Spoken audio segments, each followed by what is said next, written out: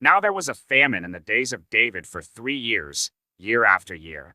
And David sought the face of the Lord. And the Lord said, There is blood guilt on Saul and on his house, because he put the Gibeonites to death. So the king called the Gibeonites and spoke to them. Now the Gibeonites were not of the people of Israel, but of the remnant of the Amorites.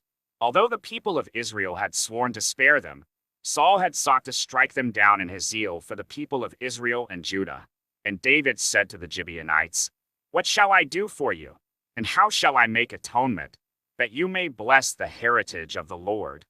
The Gibeonites said to him, It is not a matter of silver or gold between us and Saul or his house. Neither is it for us to put any man to death in Israel. And he said, What do you say that I shall do for you? They said to the king, The man who consumed us and planned to destroy us, so that we should have no place in all the territory of Israel, let 7 of his sons be given to us, so that we may hang them before the Lord at Gibeah of Saul, the chosen of the Lord. And the king said, I will give them.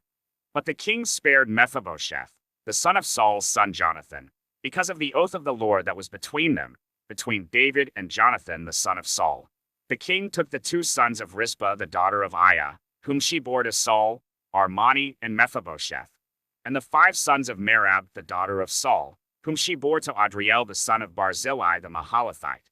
And he gave them into the hands of the Gibeonites, and they hanged them on the mountain before the Lord, and the 7 of them perished together. They were put to death in the first days of harvest, at the beginning of barley harvest.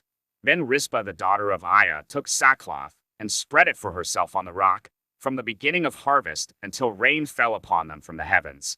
And she did not allow the birds of the air to come upon them by day, or the beasts of the field by night.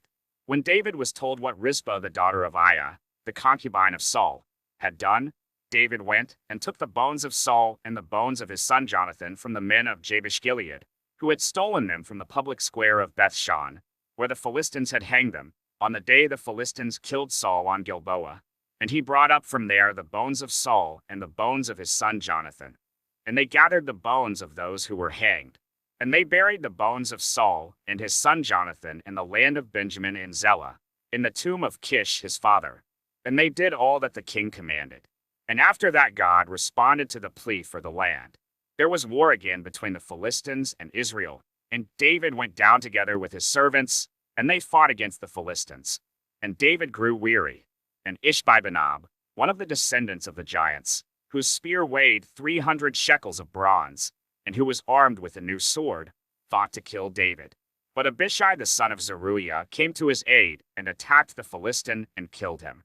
Then David's men swore to him, You shall no longer go out with us to battle, lest you quench the lamp of Israel.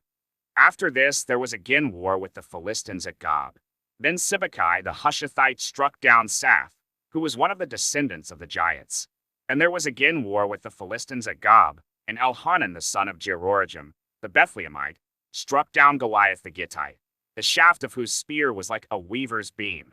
And there was again war at Gath, where there was a man of great stature, who had 6 fingers on each hand, and 6 toes on each foot, 24 in number, and he also was descended from the giants. And when he taunted Israel, Jonathan the son of Shimei, David's brother, struck him down.